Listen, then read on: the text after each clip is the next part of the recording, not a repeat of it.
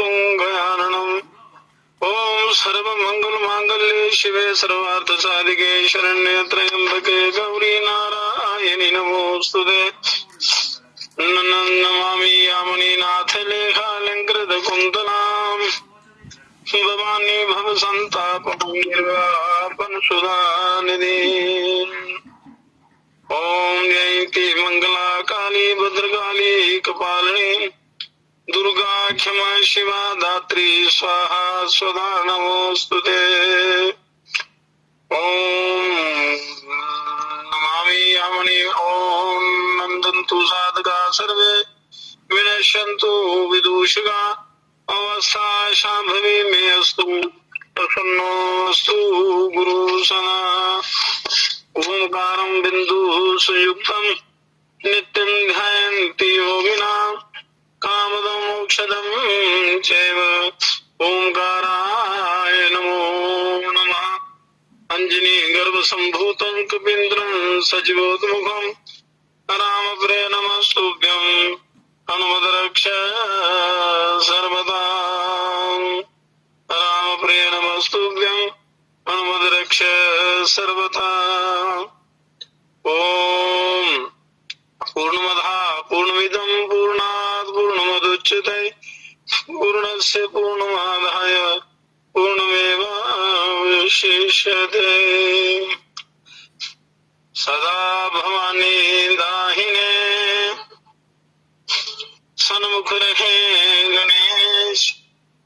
पांच देव रक्षा करे ब्रह्मा विष्णु महेश।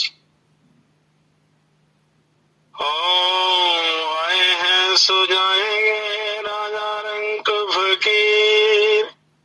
एक सिंहासन चले चले एक बंदे याद जंजीर। राम राम जपते रहो जब लग गट में प्राण। कब हुक दीन दयाल के भनक पड़ेगी कान।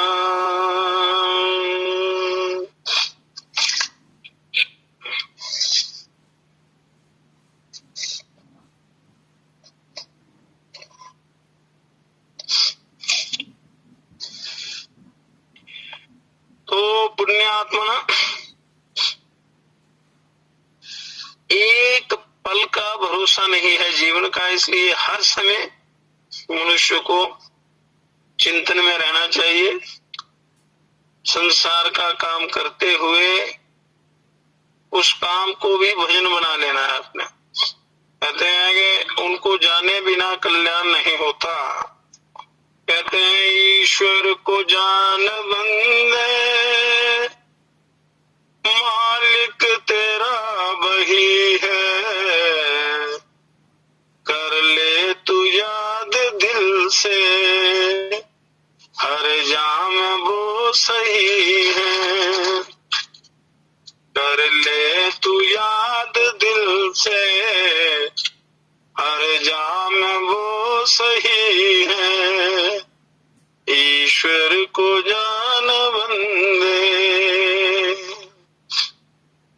वो हर जगह हर कण कण में हर पल में वो आपके साथ है और वही आपका कल्याण करने वाला है और हर जगह है। तो आपका वही है, इन जीवात्माओं का वही ईश्वर ही मालिक है, इसके सिवा और कोई नहीं है। तो इसलिए उसको याद करना चाहिए हर पल में हर क्षण में। मृत्यु का कोई पता नहीं कब आ जाए, कोई भरोसा नहीं। इसलिए कल के लिए ये अच्छा कार्य कल के लिए नहीं छोड़ना है आपने, और एक पल को भी व्यर्थ नहीं जाने देना है।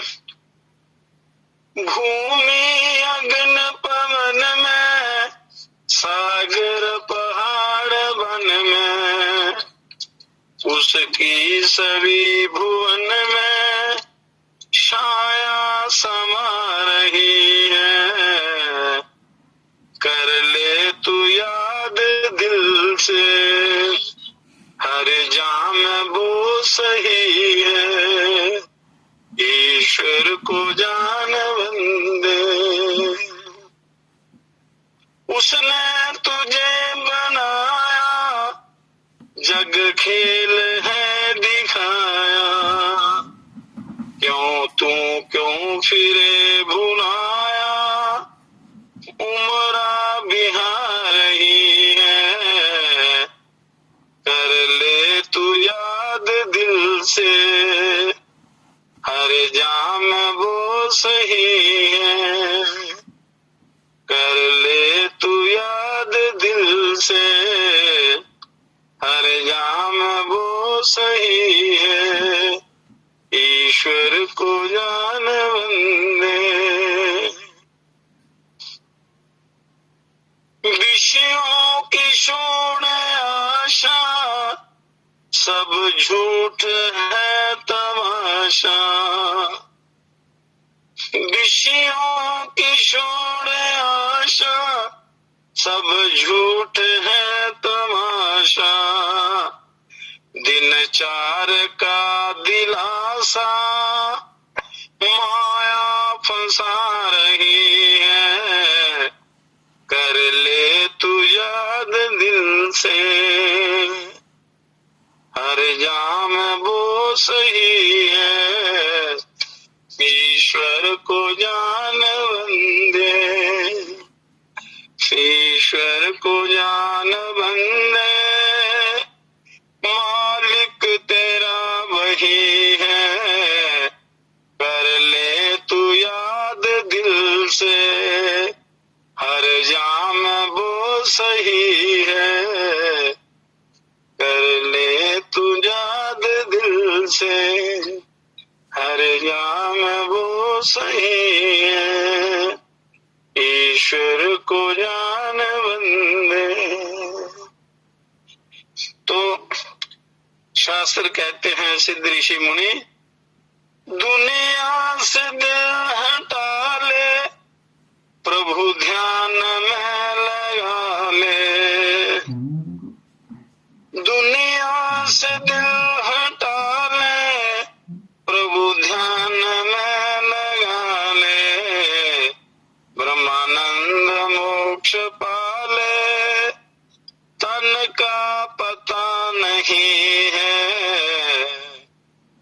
ब्रह्मानंद मोक्ष पाले, तन का पता नहीं है, कर ले तू याद दिल से, हर जाम वो सही है, ईश्वर को जान बंदे, ईश्वर को जान बंदे, मालिक तेरा वही है, कर ले तू याद दिल से, हर जाम वो सही है, कर ले तू याद दिल से, हर जाम वो सही है, ईश्वर को जान बंदे।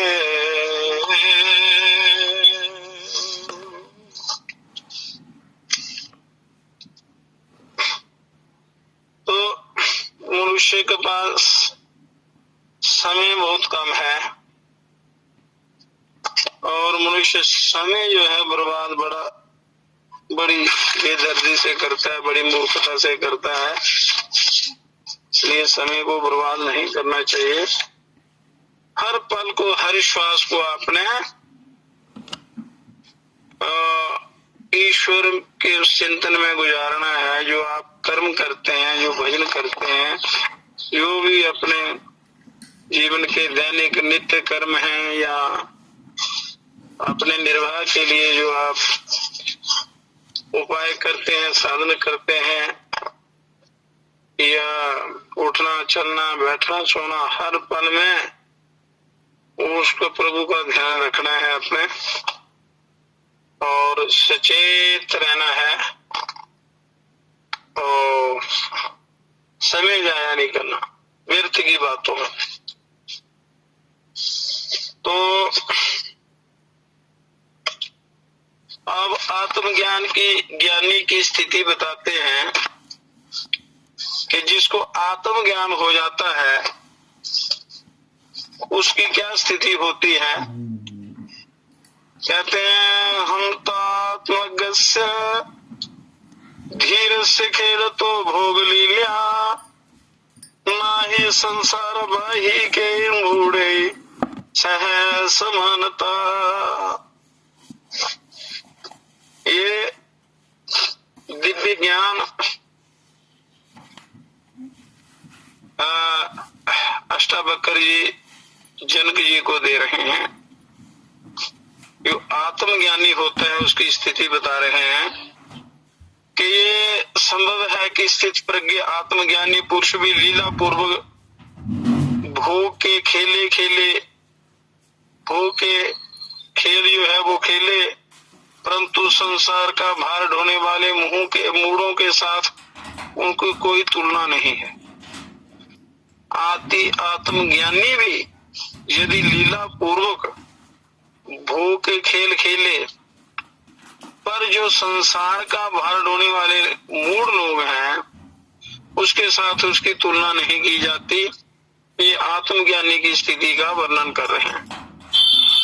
और कहते हैं यत्पदम प्रेम प्रेम सोदीना शक्राद्या सर्वदेवता अहो तत्र स्थितो योगी न हर्षमो उपगच्छति।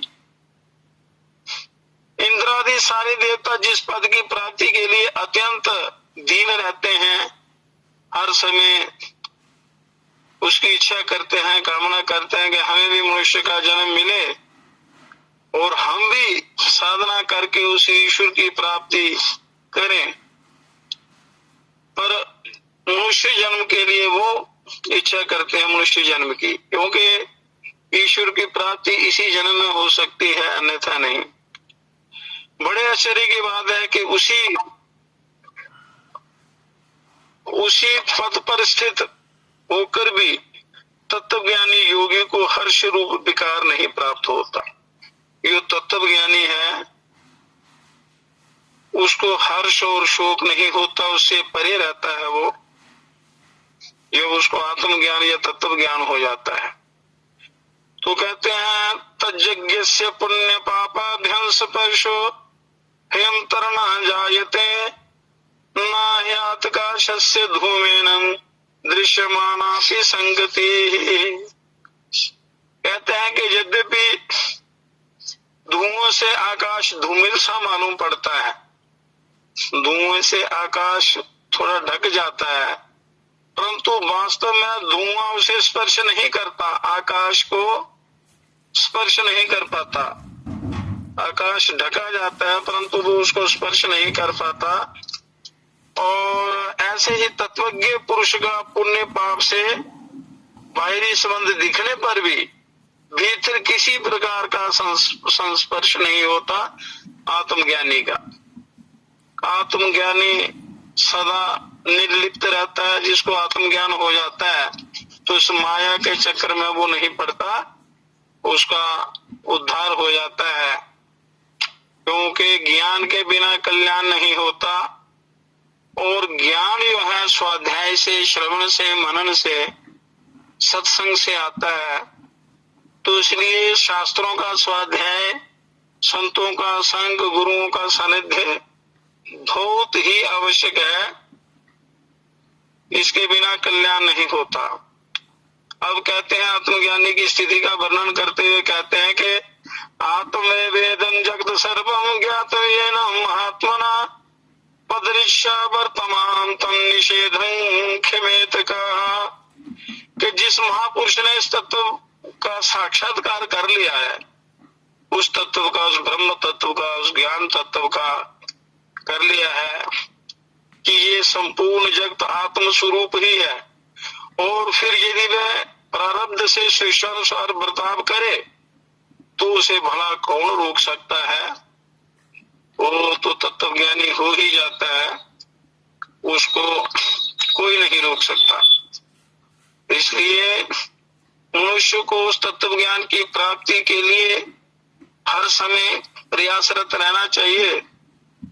क्योंकि ये शरीर अरबों करोड़ों अरबों वर्षों के पुण्यों के प्रभाव से मिलता है, और एक बार मिलता है फिर दोबारा मिलने की संभावना नहीं रहती।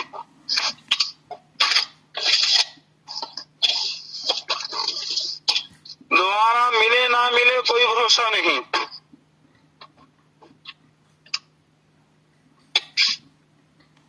दोबारा मिले ना मिले इसका कोई भरोसा नहीं। इसलिए मिला है तो इसी जन्म में आपने अपना उद्धार करना है।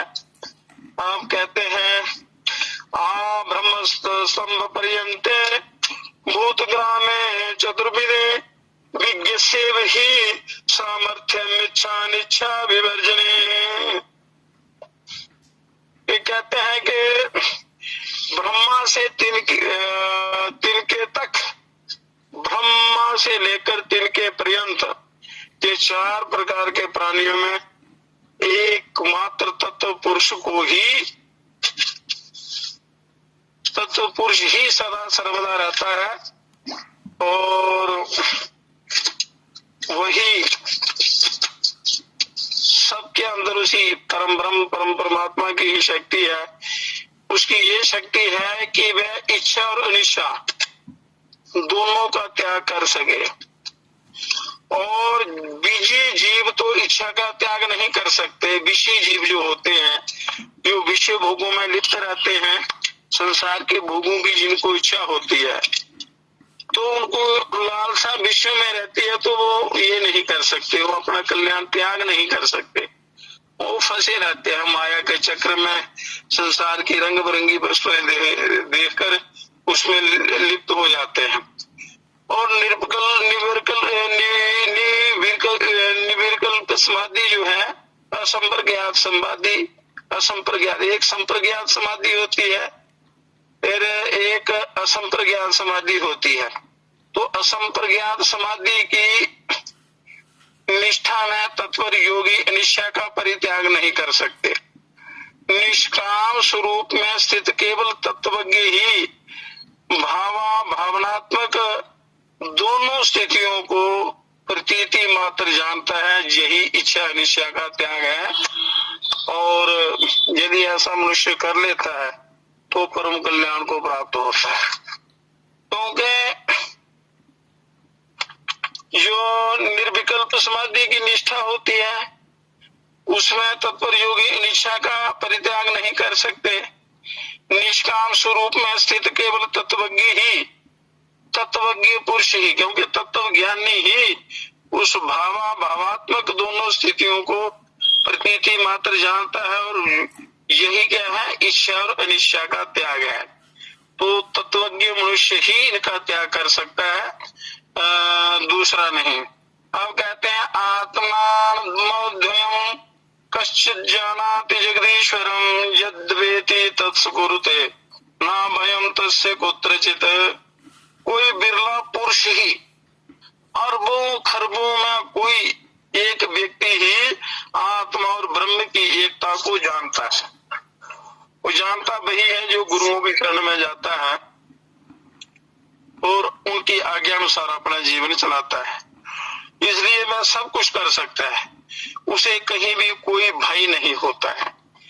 इस प्रकार आत्मज्ञानी या तत्वज्ञानी पुरुष इस संसार से भयभीत नहीं होता।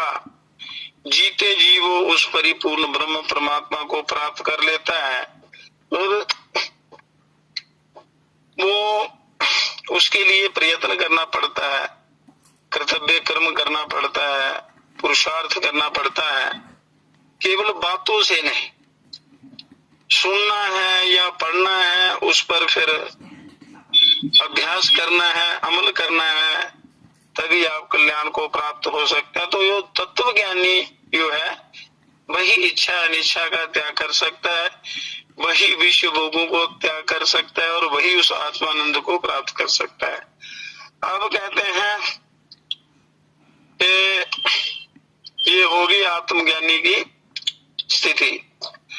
अब कहते हैं कि यो दृश्यमान जगत है ये असत्य है। उसकी असत्यता सिद्ध करने के लिए यहाँ अष्टावक्र जी जनक जी को ये दिव्य ज्ञान दे रहे हैं। कहते हैं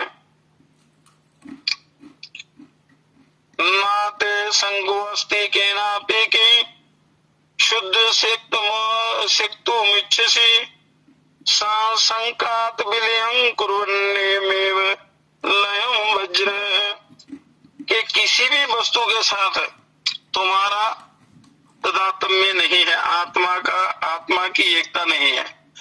तुम स्वयं शुद्ध हो, तो जो आपके अंदर चेतन तत्व है, जो मूल तत्व है, वो स्वयं शुद्ध है, पवित्र है, और उसका संसार के साथ कोई संबंध नहीं है। फिर क्या छोड़ना चाहते हो? व्यष्टि अथवा समष्टि शरीर को इसी प्रकार विचार के द्वारा छोड़ते हुए तुम मुक्त हो जाओ। व्यष्टि और समष्टि ये दोनों प्रकार के विचार आप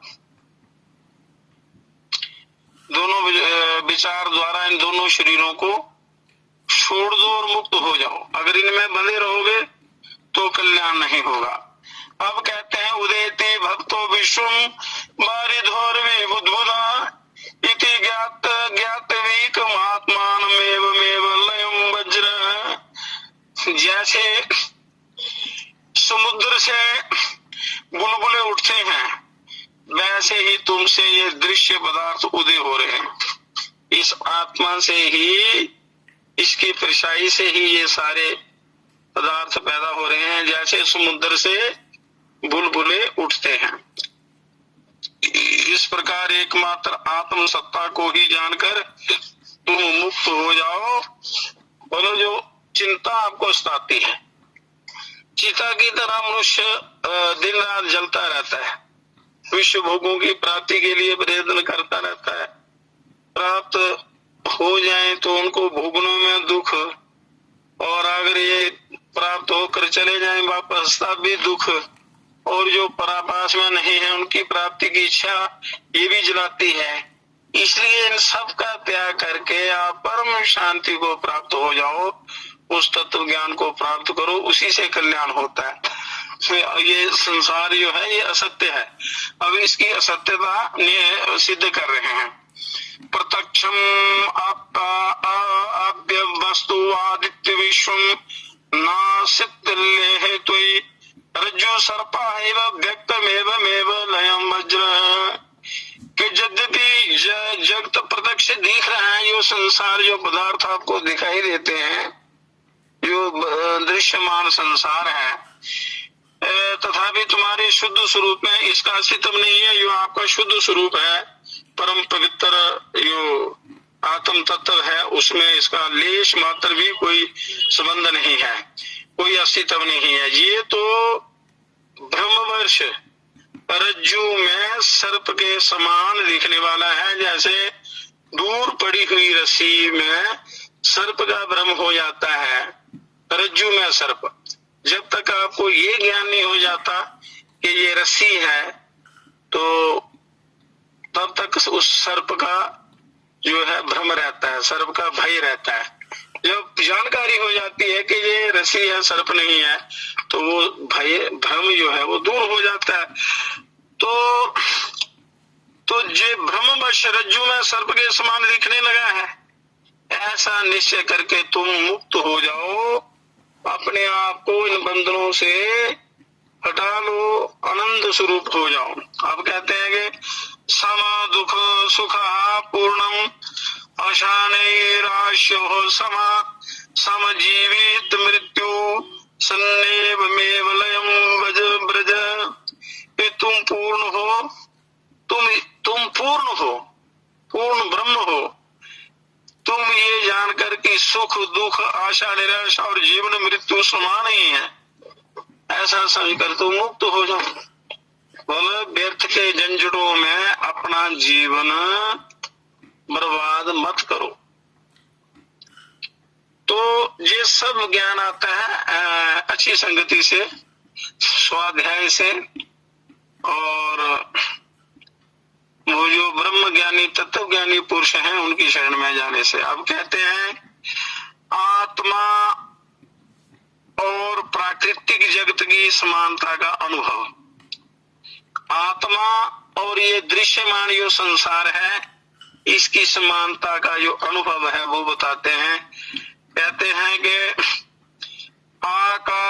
आकाशवदनंतो हम घटवत् प्राकृतम जगत इति ज्ञानं तथैतस्य नात्यागो नाग्रहो लया। ये मैं आकाश के समान अनंत हूँ और प्राकृतिक जगत घट के समान है। आत्मा क्या है कि आपका जो स्वरूप है वो आकाश के समान अनंत है और प्राकृतिक जगत घड़े के समान है और यही ज्ञान है। ऐसी अवस्था में ना तो इस जगत का त्याग है, ना ग्रहण है और ना तो लय ही है। अनंत देश की दृष्टि से अल्प देश नहीं होता, तो इसलिए ऐसी भावना करनी है अपने। अब कहते हैं मोहो दधिरी वाहंसा प्रपंचो बीच सन्निवाह इति ज्ञानम तथी तस्य न त्यागो न ग्रहो लया। कहते हैं कि मैं महासमुद्र के समान हूँ। मैं मतलब वो आत्मा तत्व जो चेतन पुरुष है आपके अंदर, वो तो ऐसी अवस्था में मैं महासमुद्र के समान हूँ और ये प्रपंच तरंग के समान है। जैसे समुद्र है और उसकी तरंग है और ये संसार आत्मा की तरंग है और वही ज्ञान है, यही ज्ञान है। ऐसी अवस्था में ना तो इस प्रपंच का त्याग है ना ग्रहण है, केवल समानता के द्वारा ही उस तत्व का ज्ञान हो जाता है। यही आपके कल्याण का साधन है, यही ज्ञान है। ऐसी अवस्था में ना तो इस प्रपंच का त्याग है, ना ग्रहण है और ना तो लय ही है और कारण की दृष्टि से कार्य पृथक नहीं होता। अब ब्रह्म ज्ञान की व्याख्या करते हुए कहते हैं कि अहंसा शुक्ति संकाशो रूपे विश्व कल्पना इति ज्ञानम तथे तस्य न त्यागो न ग्रहो तथा। के कहते हैं कि मैं दीपक के समान हूँ। मतलब ये आत्म तत्व जो है इसको समझो कि दीपक की संज्ञा दी है और समुद्र में मुझ में रजत के समान विश्व की कल्पना, संसार की जो कल्पना है हुई है, यही ज्ञान है। ऐसी स्थिति में ना जगत का त्याग है, ना ग्रहण है और ना ही लय है। जहाँ जगत को आत्मा का विवर्त बतलाया गया है, भ्रांति जन्य कार्य कारण आदि भाव नहीं होते। जैसे मैं महाकाश हूँ और ये घट है, मैं समुद्र हूँ और ये संसार लहर है। तो आत्मा और इस जगत की समानता का ये भाव है। ये आपने बस इतना ही सोचना है तो समझो आपका कल्याण निश्चित है, आदमी मनुष्य मुक्त हो जाता है। अब कहते हैं अहम वा सर्वभूतेषु सर्वभूतान्यथो मयि वृत्ति ज्ञानम तथे तस्य न त्यागो न ग्रहो न लया। कि मैं समस्त भूतों में हूँ और सब भूत मुझ में है। मतलब ये सारे जितने भी भूत समुदाय दिखाई देता है वो मेरे में है। सीप में रज्जत को के समान यही ज्ञान है। ऐसी अवस्था में इस जगत का ना त्याग है, ना ग्रहण है, ना लय है। ये हुई आत्मा की इस जगत के साथ तुलना, समानता। तो इसमें ना ग्रहण करने की, ना त्याग करने की, ना लय होने की जरूरत है, केवल समझने की बात है। यदि आपको ये ज्ञान अच्छी प्रकार समझ में आ जाए तो मनुष्य ये जीते जी मुक्त हो जाता है। अब ज्ञान की जगत से असंबद्धता। अब कहते हैं कि मय्यनंत महाव्योदो विश्व को तब इतस्तता भ्रंति स्वांतम भातेन नाममास्त्य सहिष्णुता।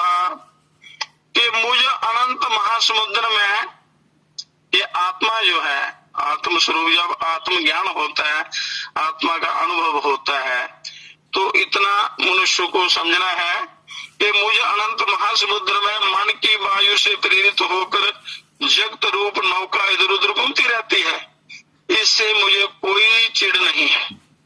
संसार अपनी जगह चलता रहे, पर मैं अपनी जगह स्थित रहूं, स्थित प्रज्ञ रहूं, और मेरे में कोई हलचल नहीं है। ये हलचल जो है ये मेरा प्रतिबिंब है। जैसे समुद्र है तो लहरों में हलचल होती है, समुद्र शांत रहता है। तो आत्म तत्व महासमुद्र है और लहरें उसका जो है ये समझो संसार है, क्योंकि वो सत्य नहीं है, वो जल रूप ही है। जल ही लहर में परिवर्तित होता है और फिर पुनः जल हो जाता है। अब कहते हैं कि मुझ अनंत महासमुद्र में ये जगत की तरंग स्वभाव से ही उठे या ना उठे, इस आत्म तत्व में अनंत, ये तो आत्मा जो है अनंत महासमुद्र है, इसमें जगत रूपी तरंग उठती रहती है, उठे या ना उठे, जगत पैदा हो ना हो, ना तो इससे मेरी वृद्धि होती है और ना कोई हानि होती है, क्योंकि आत्म तत्व जो है वो अजर अमर है, इसमें किसी प्रकार का कोई विकार नहीं होता। यदि आप उस आत्म तत्व को अच्छी प्रकार समझते हैं तो फिर मनुष्य इन चिंताओं से दूर हो जाता है, इस संसार समुद्र से तर जाता है, वो अपने स्वरूप को जान लेता है। तो अपने स्वरूप को जानना ही जो है वो कल्याण है, उसी में कल्याण है, उसी में आपका उद्धार है। अब कहते हैं कि मुझे ये संसार जो है शरीर आदि में मैं आत्मा नहीं हूँ, और ना तो मुझ अनंत शुद्ध आत्मा में शरीर आदि ही है। अतः मुझ में ना तो आसक्ति है ना स्पृहा है, मैं परम शांत हूँ, ये मेरी निष्ठा है। ऐसी निष्ठा आपने रखनी है, ऐसा ज्ञान आपने अपने अंदर धारण करना है। अब कहते हैं कि कैसा आश्चर्य है कि मैं केवल चित्त स्वरूप हूँ और ये जगत इंद्रजाल के समान है, और अब मुझे क्यों किसमें त्याज्य और ग्रहण की कल्पना की है। तो ये अष्टावक्र जी उस अब राजा जनक को ये दिव्य ज्ञान दे रहे हैं उनके पूछने पर। अब कहते हैं चित्त की आसक्ति अनासक्ति ही बंधन मोक्ष का कारण है। बंधन और मोक्ष का कारण क्या है? चित्त की आसक्ति अनासक्ति। आसक्ति जो है वो बंधन का कारण है, और अनासक्ति जो है वो मोक्ष का कारण है। क्योंकि आसक्ति विषय भोगों के पदार्थों की या संसार की जो उसमें कामना है, ममता है, राग है, तो वो बांधने वाला है। और उसमें राग का ना होना, अनासक्त होना, कामना ममता ना होना, उसको अनासक्ति कहते हैं। वो अनासक्ति जो है वो कल्याण करने वाली होती है। पदार्थ आपका कुछ नहीं बिगाड़ सकते। आपकी जो भावना है ये आसक्ति और अनासक्ति, यही कल्याण और पतन का कारण है। आसक्ति पतन का कारण है और अनासक्ति जो है ये परम कल्याण का कारण है।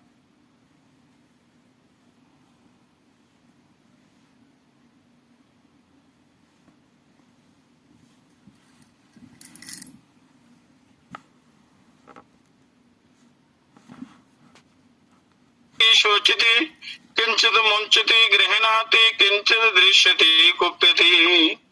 कहते हैं कि जो चित्त कुछ चाहता है, जब चित्त कुछ चाहता है तो किसी के लिए शोक करता है, किसी वस्तु को छोड़ता पकड़ता है, कभी छोड़ता है कभी पकड़ता है, और किसी वस्तु से रुष्ट और तुष्ट होता है। किसी से रुष्ट हो रहा है, किसी से तुष्ट हो रहा है, तभी बंधन है। जब क्या करता है, किसी के लिए शोक करता है, या किसी वस्तु को छोड़ता पकड़ता है, या किसी वस्तु से रुष्ट और तुष्ट होता है, तभी बंधन होता है।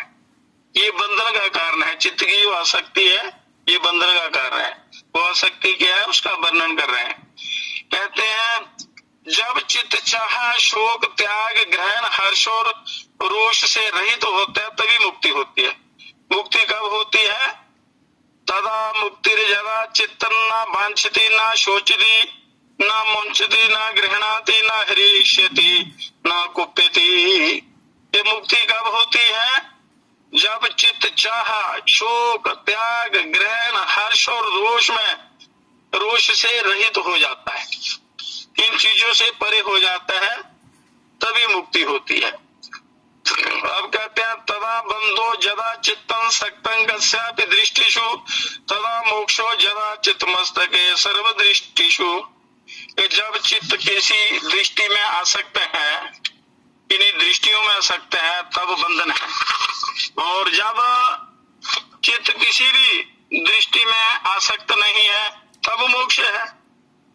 अब ये अनासक्त और आसक्ति और अनासक्ति का वर्णन कर रहे हैं।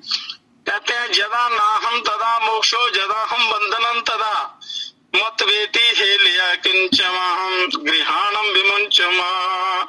कहते हैं कि जब अहम भाव का बाध है तब मोक्ष है, और जब कहीं भी अहम भाव है तब बंधन है। जहाँ अहम भाव का अभाव है, बाध है, उसको आप छोड़ देते हैं, त्याग कर देते हैं अहंकार का, तो वहां मोक्ष होता है। और जब कहीं भी जरा भी अहम भाव है वहां बंधन हो जाता है। तो ऐसा जानकर अपेक्षा से ना तो किसी को पकड़ो और ना छोड़ो, ना पकड़ना है ना छोड़ना है, अपने आप में स्थित रहना है। और पकड़ना और छोड़ना यही जन्म मरण का कारण बनता है।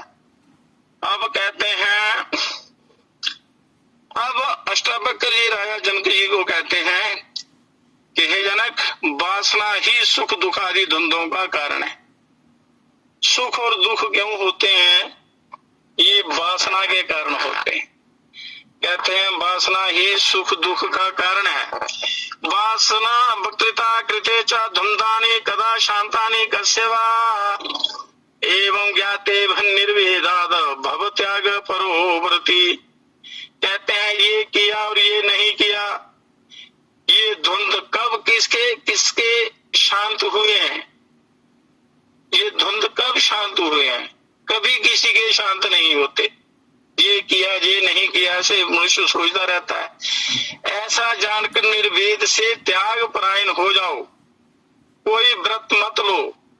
दृश्य की किसी प्रतीति के प्रति कुछ करो या ना करने का आग्रह मत करो। कुछ भी करने या ना करने का आग्रह मत करो। और यही ज्ञान का फल अनाग्रह है।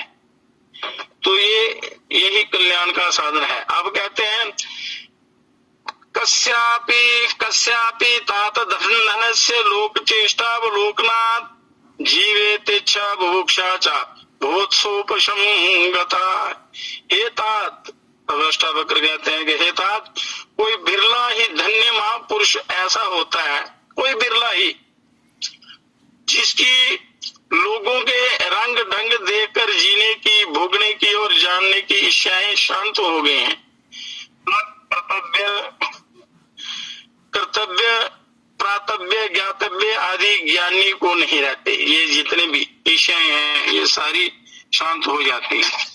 अब कहते हैं अनित्यम सर्ववेदम तापत्री त्रिय दूषितम असारम निंदितम हेयमिति निश्चित्ते शाम्यति। कहते हैं कि ये संपूर्ण जगत मानसिक, दैविक और भौतिक ताप से दूषित तथा अनित्य है। अधिदैविक, अधिभौतिक और अधिभौतिक, ये तीन प्रकार के ताप हैं, इनसे दूषित है। इसमें कुछ सार नहीं है, ये निंदित और त्याज्य है, त्यागने योग्य है। तो ऐसा निश्चय करके ये ज्ञानी शांत हो जाता है। जो ज्ञानी होता है उसकी वासना शांत हो जाती है। तो वासना ही संसार है, सुख और दुखों का कारण वासना है, इसलिए इसका त्याग कर दो, वासना का त्याग कर दो, शांत शुद्ध शांत चित्त हो जाओ। और परमानंद का अनुभव करो। आप कहते हैं कोसौ कालो भया किंबा यत्र द्वंद्वानि नो नृणाम तान तान्योपेक्षा यथा प्राप्त वर्ते सिद्धिम वा पुण्यात। के भला ऐसा कौन सा समय है, कौन सा समय है अथवा कौन सी अवस्था है जब मनुष्य सर्दी गर्मी सुख दुख आदि के द्वंद्वों से आक्रांत नहीं रहता। इसलिए उसकी उपेक्षा करके जब जो जैसे मिले उसी से अपना काम चला ले, ऐसे पुरुष को ही सिद्धि मिलती है। इच्छाओं वाले पुरुष को सिद्धि नहीं मिलती है। जिसमें इच्छाएं और वासना रहती है वो फंस जाता है। बाबा इसलिए इन इच्छाओं का त्याग करो। कहते हैं नाना मतम महर्षिना साधुना योगिना तथा दृष्टवा निर्वेद मापन्ना को नाशाम्यति मानव। ऐसा कौन मनुष्य होगा, विचारशील मनुष्य होगा जो महर्षि साधु और योगियों के अनेकों मत मतांतर देख उनसे उदासीन होकर शांत न हो जाए। कृत्वा मूर्ति परिज्ञानम चैतन्य से नाकिं गुरु निर्वेद समता युक्त्या या स्तार्यति संस्कृते। जो चैतन्य के स्वरूप का ज्ञान प्राप्त करके, जो आपका चेतन रूप है, जो आपका अपना स्वरूप है, उसका ज्ञान प्राप्त करके निर्वेद और समता की युक्ति से औरों को भी संसार सागर से तार देता है, वह क्या गुरु नहीं है। अब कहते हैं कि पश्य भूत विकारांस्त्व भूत मात्रान यथार्थता तत्क्षणाद बंधनी मुक्ता बंधनी निर्मुक्ता स्वरूपस्तु भविष्यसि। कि तुम पंचभूतों के विकारों को, पंचभूत के विकार क्या है, ये देह आदि इंद्रियां, कर्मेंद्रियां, ज्ञानेंद्रियां इत्यादि, यथार्थ में पंचभूत मात्र ही देखो, तब तुम तत्क्षण ही बंधन मुक्त होकर अपने स्वरूप में स्थित हो जाओगे। तो अपने स्वरूप में स्थित होना ही परम कल्याणकारी है, उसी से कल्याण होता है। यही हमारा उद्देश्य है कि अपने स्वरूप में आपने स्थित होना है। तो ये ज्ञान अब बिना अच्छी संगति के नहीं आता, क्योंकि मनुष्य आलसी प्रमादी हो जाता है। खान पान की गलतियों से, संग की गलतियों से जो आपको संसार का साथ मिलता है, अच्छा मिले तो सद्ज्ञान मिलता है, अगर महापुरुषों का संग ना मिले तो पतन हो जाता है, तो मनुष्य का बड़ा अनिष्ट हो जाता है। अब कहते हैं कि वासना एव संसार इति सर्वा विमुंचताः तत्त्यागो वासना त्यागात स्थिर है यथा तदा। कि वासना ही संसार की, इसको कहते हैं वासना को, वासना से ही सारा प्रपंच फैलता है। तो इस वासना ही संसार है, इसलिए इन सब का परित्याग कर दो। वासना त्याग से ही संसार का त्याग होता है। वासना का त्याग कर दो, जिसके कारण संसार होता है, संसार में फंसता है मनुष्य, उस कारण का ही त्याग कर दो तो परम कल्याण होता है। तो अब शरीर, अंतःकरण और ये जितना भी संसार की चाहे जैसी स्थिति हो, उससे कोई संबंध नहीं रहता। या वासना का त्याग कर देते हैं तो परम शांति का अनुभव होता है। त्याग से तत्काल शांति मिलती है। जी गीता में भगवान श्री कृष्ण चंद्र जी ने स्पष्ट बताया है, क्योंकि भगवान से बढ़कर और कौन दिव्य ज्ञान दे सकता है। ना कोई किसी ने दिया, ईश्वर के समान ना दे सकता है, ना आगे दे सकता है। जो परमात्मा ने ज्ञान दिया है वो परम बड़ा दुर्लभ ज्ञान है, और उसको जब तक आप धारण नहीं करेंगे तो कल्याण नहीं होगा। तो इसलिए अब वासना बंधन का कारण है, और वासना का त्याग मोक्ष का कारण है, आत्मानंद की प्राप्ति का कारण है। अब कहते हैं तृष्णा ही बंधन है। बंधन क्या है, उनको कहते हैं आशा, तृष्णा, वासना, ये सब बंधन के कारण है। तुम खुला पानी।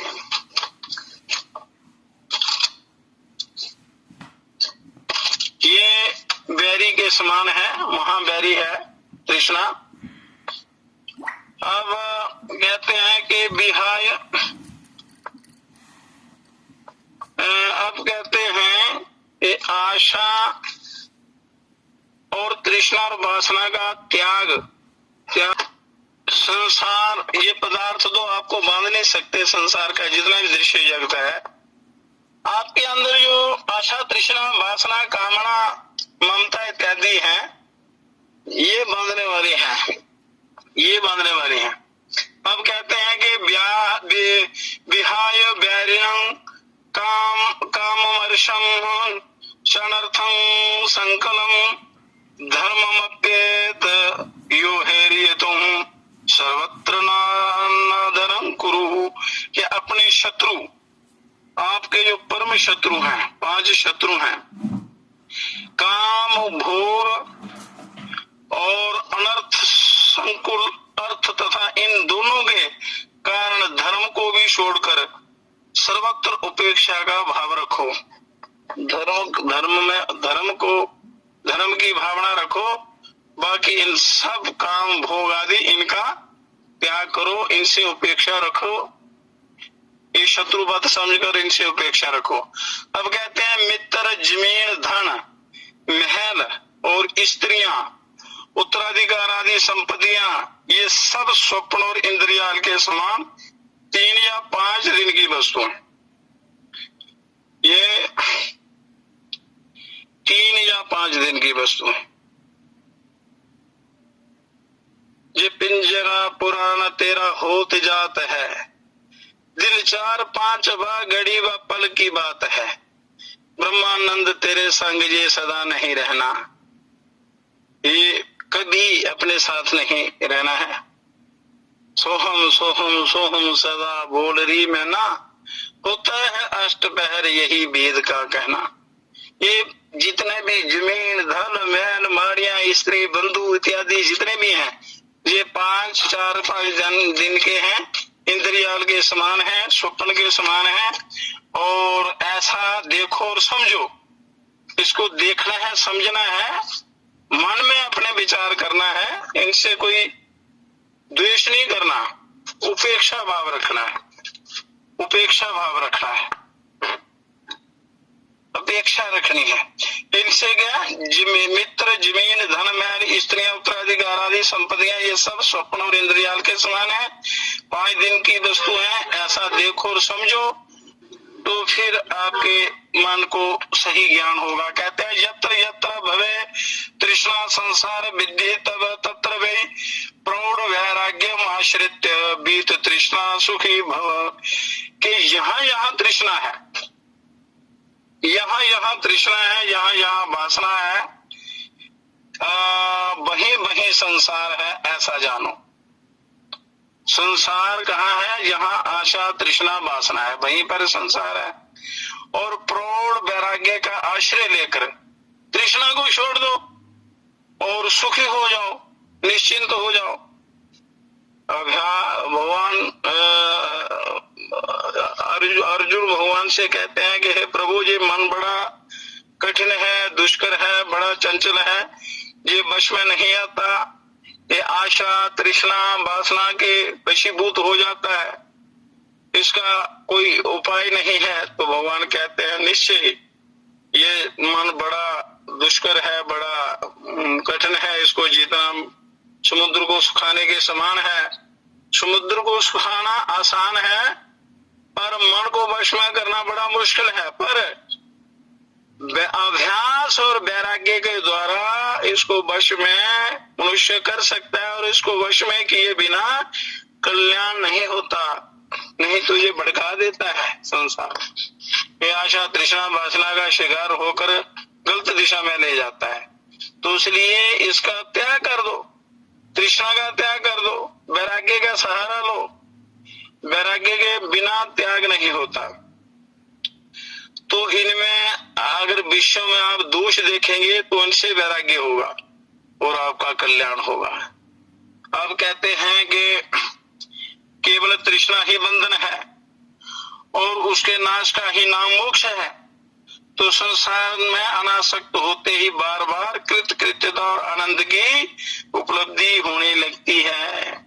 जब इनका आप त्याग करेंगे तो आपको आनंद की उपलब्धि और परमानंद की अनुभूति ऐसा होने लगेगा और इनका जो जाल है मैं ये आशा तृष्णा का बंधन ये छूट जाएगा। कहते हैं तुम एका चेतना शुद्धो जड़म विश्व समस्तदा अविद्या पिना किंचित का भूत स्वा तथापि ते। तुम एक और शुद्ध चेतन हो। आपके स्वरूप का वर्णन करते हैं कि आपके अंदर जो ये चेतन तत्व है जिससे मनुष्य देखता है, श्रवण करता है, सूंघता है, खाता है, चलता फिरता है, जिसकी शक्ति से वो आपका स्वरूप जो है वो शुद्ध है, शुद्ध और आप चेतन हो। और ये विश्व जड़ तथा असत है कि आपका जो अपना स्वरूप है वो परम पवित्र शुद्ध एक रस एक रूप सदा रहने वाला है और ये संसार असत्य है, मिथ्या है, जड़ है और अविद्या भी कुछ नहीं है। फिर तुम किस वस्तु को पाने की इच्छा, जानने की इच्छा करते हो? कहते हैं कि राज्य, पुत्र, स्त्री, शरीर और सुख। राज्य, पुत्र, स्त्री, शरीर और सुख, इनमें तुम जन्म जन्म आसक्त रहे हो, परंतु तुम्हारे आसक्त रहने पर भी ये नष्ट हो गए हैं। हम जन्म जन्मांतर इनसे आसक्ति है, इसलिए बार बार इनकी तरफ भागते हैं, दौड़ते हैं, इनको प्राप्त करने की इच्छा करते हैं क्योंकि ये जन्म जन्म का अभ्यास है। परंतु हमारे आसक्त रहने पर भी ये नष्ट हो जाते हैं। जिनकी सत्ता ही नहीं है, जो असत हैं, उनमें हम आसक्त होकर अपना भी पतन कर बैठते हैं और जन्म मरण के चक्कर में पड़ जाते हैं। तथा सत्य को समझने का प्रयास करना चाहिए। अब कहते हैं कि धन, भोग अथवा पुण्य कर्म ये सब अब बहुत हो चुके हैं।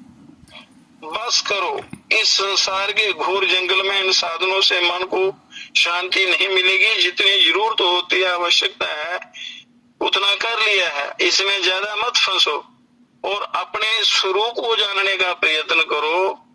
आप जो हैं नित्य मुक्त हैं, नित्य उस परम पिता के साथ आपका नित्य योग है।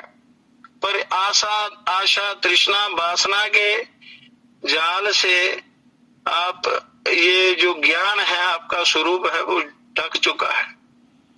तो उस माया जाल को हटाओ, उस बंधन को हटाओ, उस पर्दे को हटाओ, तो आपका नित्य शुद्ध बुद्ध जो पवित्र स्वरूप है उसका बोध हो जाएगा। कहते हैं कृतन्ना कति जन्मनि कायेन मनसा गिरा दुख मायाद कर्मम तदद्याप्यु परम्यतामम। कि ना जाने कितने जन्मों तक तुमने शरीर, मन और वाणी से परिश्रम और क्लेश प्रद कर्मों का अनुष्ठान किया है और कर्म करने में भी बड़ा अनुष्ठान करने में भी कष्ट होता है। अब तो उनसे उपराम हो जाओ, अब अपने स्वरूप को समझो, जानने का प्रयत्न करो, तभी सच्चा सुख, सच्ची शांति आपको मिलेगी, अन्यथा नहीं। अब कहते हैं कि हे राजा जनक, अब मैं शांति प्राप्ति के उपाय बताता हूँ। और अष्टावक्र जी कहते हैं जनक जी को कि शांति प्राप्ति के उपाय क्या है।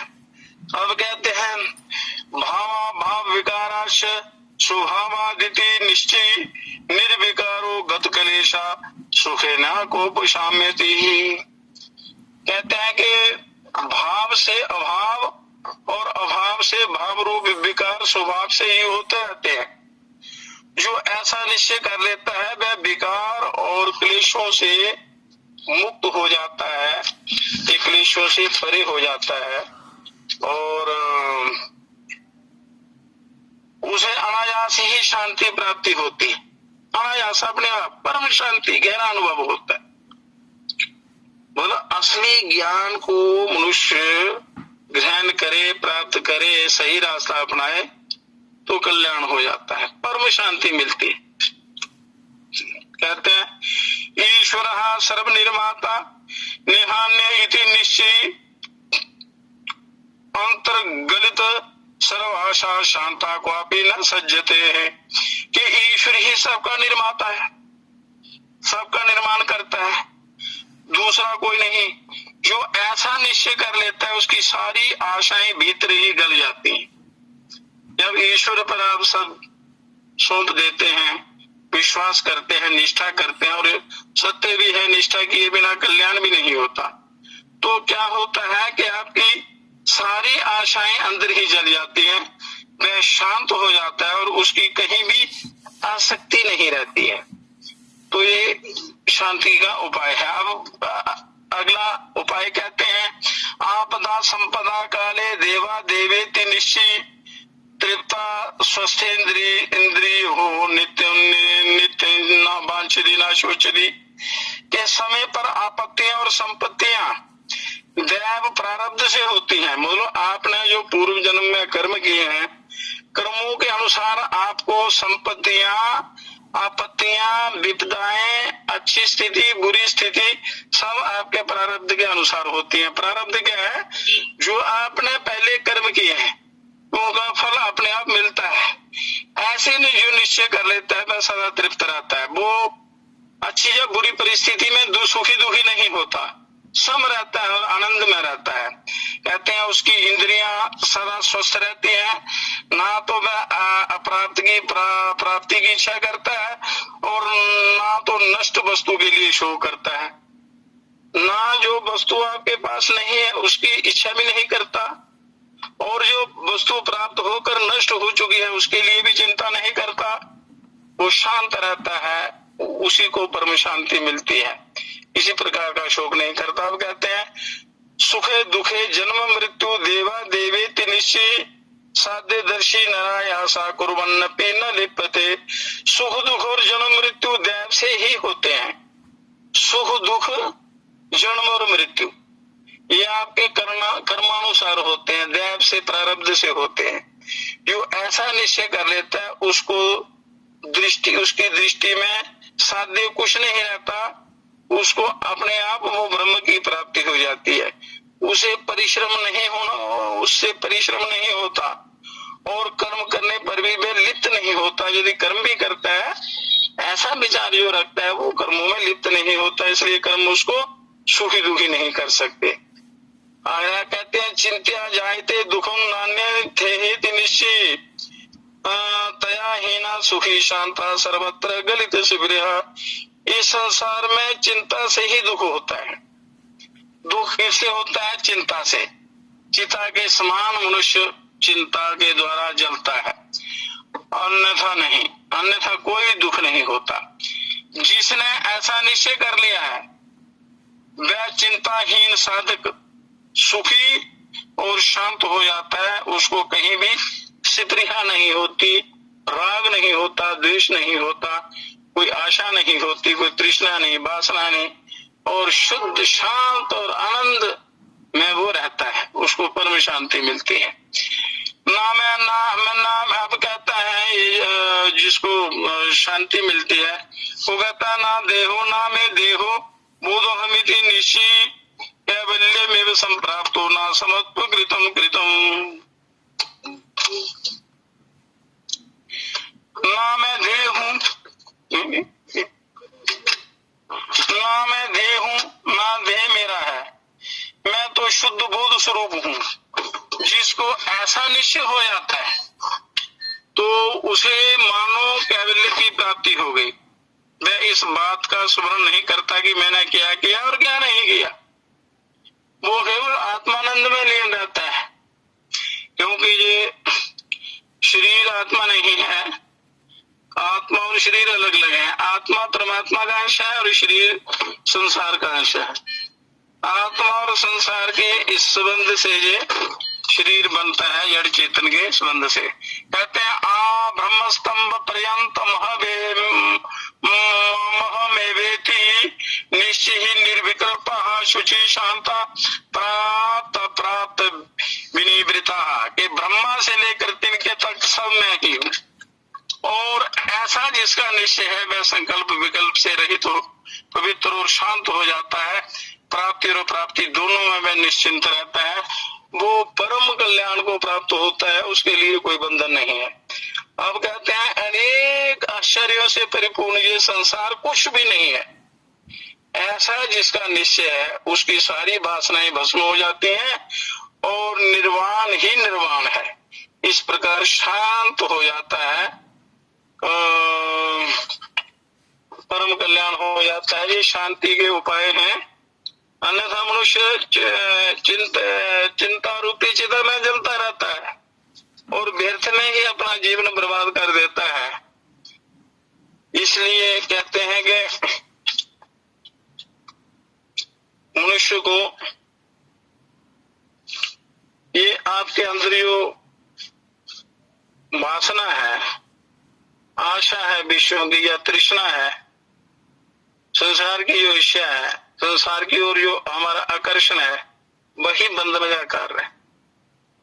और जब इससे प्रत्याहार कर लेते हैं, हमारे को इंद्रियों को समेट कर अपने अंतर्मुख कर लेते हैं, अपने स्वरूप को जानने का प्रयत्न करते हैं जो उपाय बताए हैं, तो उससे परम कल्याण हो जाता है। तो मनुष्य ही अपने द्वारा अपना उद्धार कर सकता है, अपना कल्याण कर सकता है और अपना पतन भी करता है। केवल सिर्फ समझने की बात है, समझ आ जाए तो परम कल्याण हो जाता है। अब कहते हैं कि जो आत्मा में जो स्थित रहता है, जो अपने उस आत्मा की तरफ, हम ज्यादा शरीर की तरफ ध्यान देते हैं, संसार की तरफ देते हैं। अगर ध्यान आप अपने स्वरूप की तरफ दें और अपने स्वरूप में स्थित हो जाएं, तो उस पुरुष की स्थिति क्या होती है? वो कहते हैं कि काय कृत्या सह पूर्व ततो भाग विस्तरा सह अथ चिंता सह समस्तमादेव मेवाहम स्थिता। के पहले शारीरिक कर्म की असहिष्णुता, तदनंतर वाणी के विस्तार की और फिर चिंता की असहिष्णुता हो गई। इसलिए मैं यूं का त्यों स्थित हूँ। जो आत्मा, जो जिसको आत्मानुभव हो जाता है, वो अपनी स्थिति का वर्णन कर रहा है कि मैं संसार से परे हूँ, मैं शरीर नहीं हूँ, मैं उस चेतन परिपूर्ण ब्रह्म परमात्मा का अंश हूँ और ये शरीर संसार का अंश है, मेरा इससे कोई लेना देना नहीं है। अब कहते हैं शब्दादि विश्व में प्रीति न होने के कारण और शब्दादि जितने भी संसार के शब्द, विषय रूपी शब्द हैं, और अदृश्य प्रतीति होने से मैं विक्षेप के निमित्त उपस्थित होने पर भी एकाग्र रहकर यूं ही स्थित हूँ। मैं आत्मा में स्थित हूँ, मेरे अंदर कोई विकार नहीं है, मुझे कोई किसी प्रकार के विषय की वो भावना नहीं है, वासना नहीं है। मैं चेतन हूँ, मैं स्थित प्रज्ञ हूँ, मैं अजर अमर हूँ, अनंत हूँ, असीम हूँ, मैं सब कुछ हूँ। अब कहते हैं कि सम्यक अध्यास आदि के कारण विक्षेप होने पर समाधि के लिए साधना करना होता है। ऐसा नियम देखकर मैं यूं ही स्थित हूँ, मैं समाधिस्थ हूँ, मुझे कुछ भी करना शेष नहीं है। वो जो आत्मा में स्थित हो जाता है उसकी गति बता रहे हैं। कहते हैं त्याज्य ग्राह्य, मतलब त्यागना और ग्रहण करना, हर्ष और विषाद ना होने के कारण हे ब्रह्म स्वरूप, मैं तो ज्यों का त्यों ही स्थित हूँ, एज इट इज हूँ, ज्यों का त्यों हूँ, मेरे अंदर किसी प्रकार का कोई विकार नहीं है। मैं अनंत हूँ, असीम हूँ, परमानंद स्वरूप हूँ, निर्विकार हूँ, निर्लिप्त हूँ। इस प्रकार ऐसी वो अपनी स्थिति अनुभव करता है। अब कहते हैं कि ये आश्रम है और ये आश्रम का त्याग, ये ध्यान है और ये विक्षेप है, ये चित्त के द्वारा स्वीकार करने योग्य है, ये नहीं है। इन बातों से विकल्प ही होता है। ऐसा देखकर मैं यूं का त्यों ही स्थित हूँ, ये संकल्प विकल्प मेरे अंदर नहीं है। मैं चेतन शुद्ध स्वरूप हूँ, मैं निर्विकार हूँ। इस प्रकार आत्मा में स्थित व्यक्ति को अनुभव होता है। कहते हैं कि जिस प्रकार कर्मानुष्ठान, कर्म करना अज्ञान से होता है, कर्मानुष्ठान अज्ञान से होता है, और इसी प्रकार कर्म का त्याग भी अज्ञान से होता है। इस तत्व को असली रीति से जानकर मैं इसी प्रकार आत्म स्वरूप में स्थित हूँ। मुझे किसी प्रकार के कर्म का कोई प्रभाव नहीं है, मेरे अंदर किसी प्रकार का कोई विकार नहीं है, मैं ज्यों का त्यों उस परमानंद में स्थित हूँ। मेरे अंदर कोई संसार नहीं है, कोई माया नहीं है। इस प्रकार वो अपना अनुभव करता है जो आत्मा में स्थित होता है। अब आत्मस्थित व्यक्ति क्या करता है? अचिंत्यम चिंत्यमानो अपि चिंता रूपम भजत्स्यो त्यक्त्वा तद्भावनम तस्माद् देवमेवा हमाश्रिता। कि अचिंत्य आत्म तत्व का चिंतन करने से वह निचिंतन रूप हो जाता है। इसलिए उस चिंतन को छोड़कर मैं यूं का त्यों ही अपने स्वतः सिद्ध स्वरूप में स्थित हूँ। कोई चिंतन नहीं है, कोई अचिंतन नहीं है, कोई चिंता का ग्रहण नहीं, कोई चिंता का त्याग नहीं। मैं यूं का त्यों अपने स्वरूप में स्थित हूँ, और उस स्वरूप के आनंद का जो है वो वर्णन करने में असमर्थ हूँ। वो शब्द नहीं है। तो जो आत्मा में स्थित व्यक्ति रहता है, आत्मस्थित, तो उसके आनंद की सीमा का कोई अंत नहीं है, कोई पारावार नहीं है, कोई शब्द नहीं है उसके अपने आनंद का स्वरूप वर्णन करने के लिए। अब कहते हैं एवमेव कृत्मेन सा कृतार्थो भवेदसौ एवमेष स्वभावो या सा कृतार्थो भवेदसौ। जिसने अभ्यास के द्वारा अपने को ऐसा बना लिया है वह कृतार्थ हो जाता है। जिसका ऐसा स्वभाव ही है वह स्वतः कृतार्थ है। ये हो गया आत्मा में स्थिति का वर्णन। अब थोड़े शब्दों में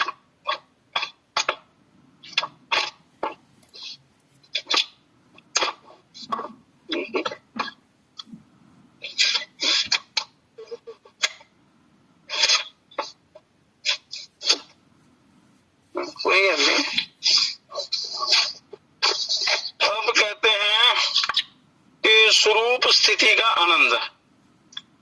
जो आत्मा में स्थित रहता है, अब उसको आनंद का अनुभव क्या होता है वो कहते हैं आत्मानंद की अनुभूति। ये ज्ञान जो है बार बार सुनने पर समझ में आएगा, अभ्यास करने पर समझ में आता है।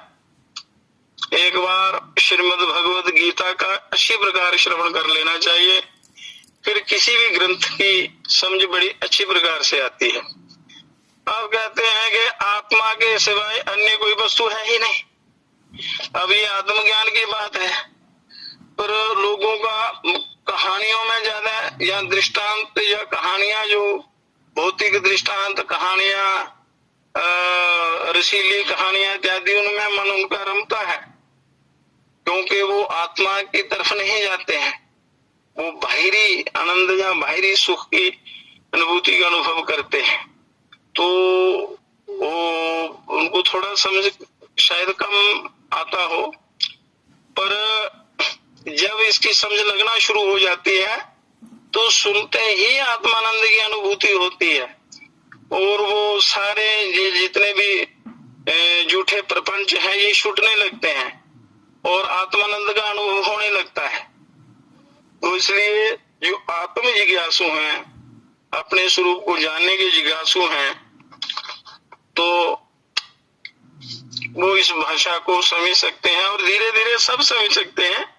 सबके अंदर वो ब्रह्म ज्ञान है, पर जो अभ्यास ज्यादा रहा हो मनुष्य उसकी तरफ ज्यादा आकृष्ट होता है।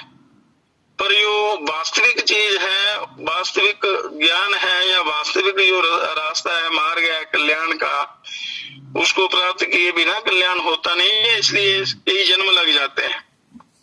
तो जितनी तीव्र जिज्ञासा हो तो उससे बड़ा जल्दी आत्मज्ञान की प्राप्ति होती है। कहते हैं कि आत्मा के सिवाय अन्य कोई वस्तु है ही नहीं, ये संसार आत्मा का ही विलास है। ऐसे बोध से जो स्वरूपा स्थिति प्राप्त होती है वह केवल कौपीनधारी होने पर भी दुर्लभ है। इसलिए त्याग ग्रहण का परित्याग करके मैं मौज में रहता हूँ। त्याग और ग्रहण का परित्याग करके, त्याग ग्रहण ये करना चाहिए, ये नहीं करना चाहिए, इन सब का त्याग करके आत्मानंद में रहता हूँ। जो स्वरूप की स्थिति का जो आनंद अनुभव करता है वो ये कहता है। कहीं तो शरीर को कष्ट होता है और कहीं जीवा को तो कहीं मन को, इसलिए उनको सबको छोड़कर मैं अपने स्वरूप में सुख पूर्वक स्थित रहता हूँ।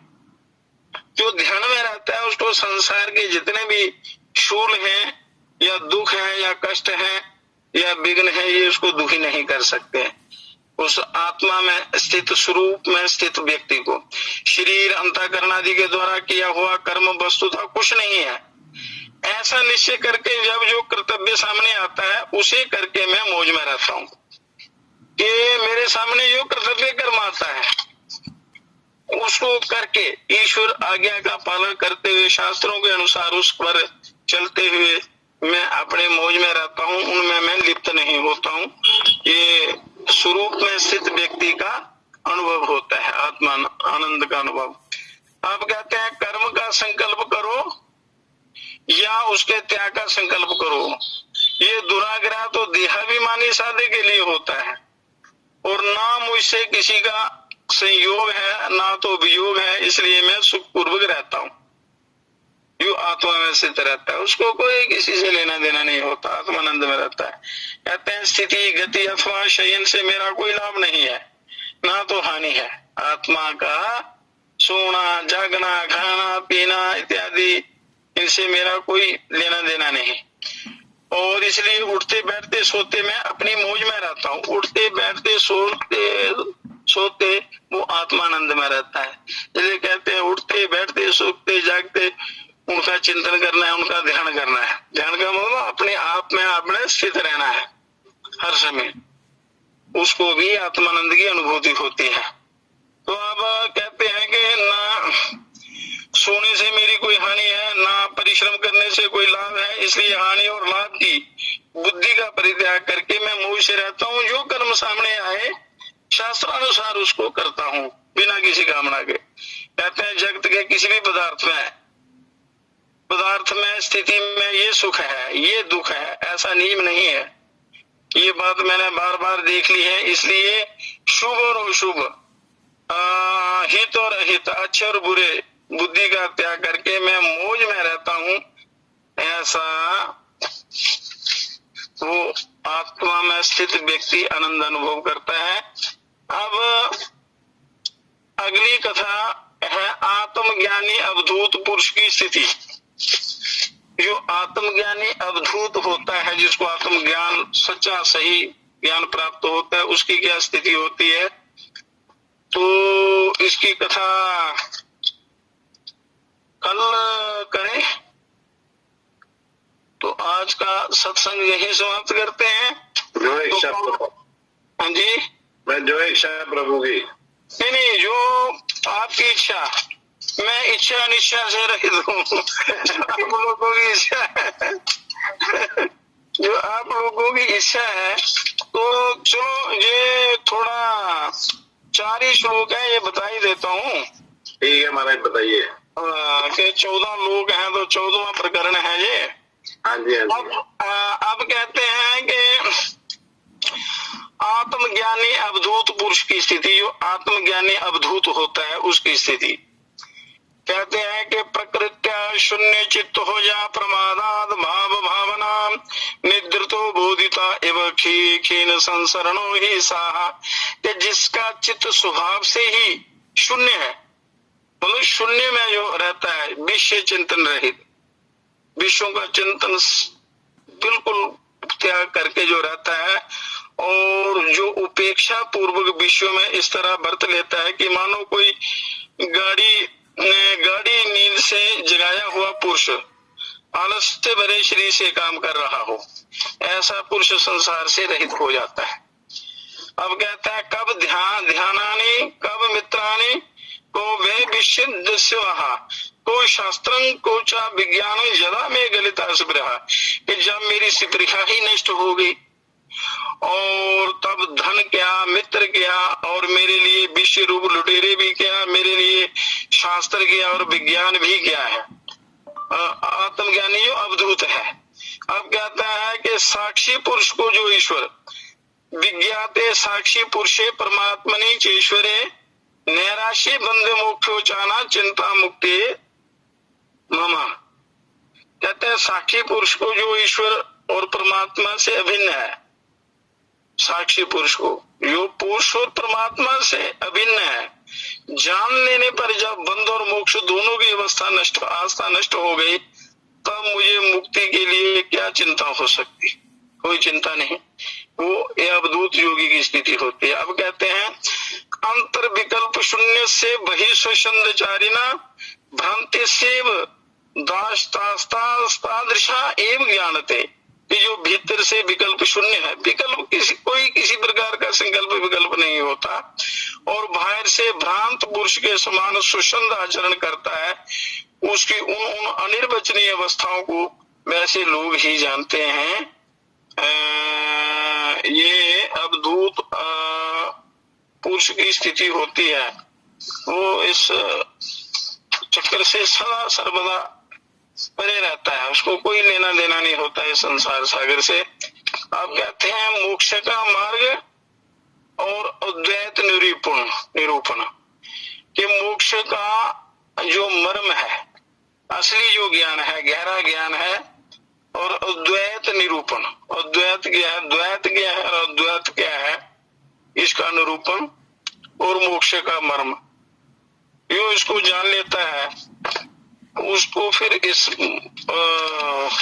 जन्म मरण के चक्र में नहीं आना पड़ता, उसका परम कल्याण हो जाता है। इसका वर्णन हम कल करेंगे। अब भजन के रूप में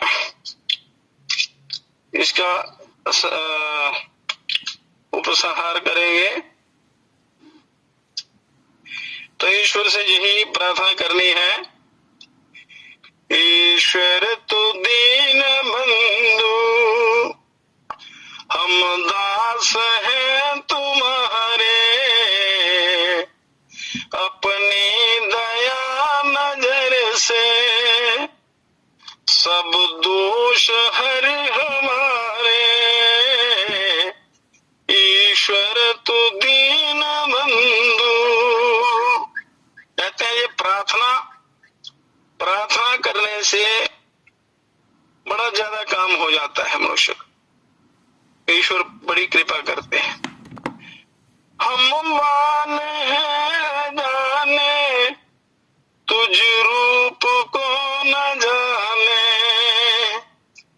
पूर्ण सभी ठिकाने कहते हैं वेद सारे, अपनी दया नजर से सब दोष हर हमारे, ईश्वर है तू दीन बंधु हम दास हैं तुम्हारे, अपनी दया नजर से सब दोष हर हमारे। तू है चराचर में जंगल गिरी नगर में, सब जीव नार नर में तुमरे सभी सहारे, अपनी दया नजर से सब दोष हर हमारे, ईश्वर तू दीन बंधु। हे प्रभु कृपा करें, क्योंकि प्रार्थना से परमात्मा बड़ी कृपा करते हैं, इस माया जाल से छुड़ा लेते हैं। भव सिंधु है अपारा, बहता हूँ बीच धारा, नहीं दूसरा सहारा, प्रभु कीजिए किनारे, अपनी दया नजर से हाँ, सब दो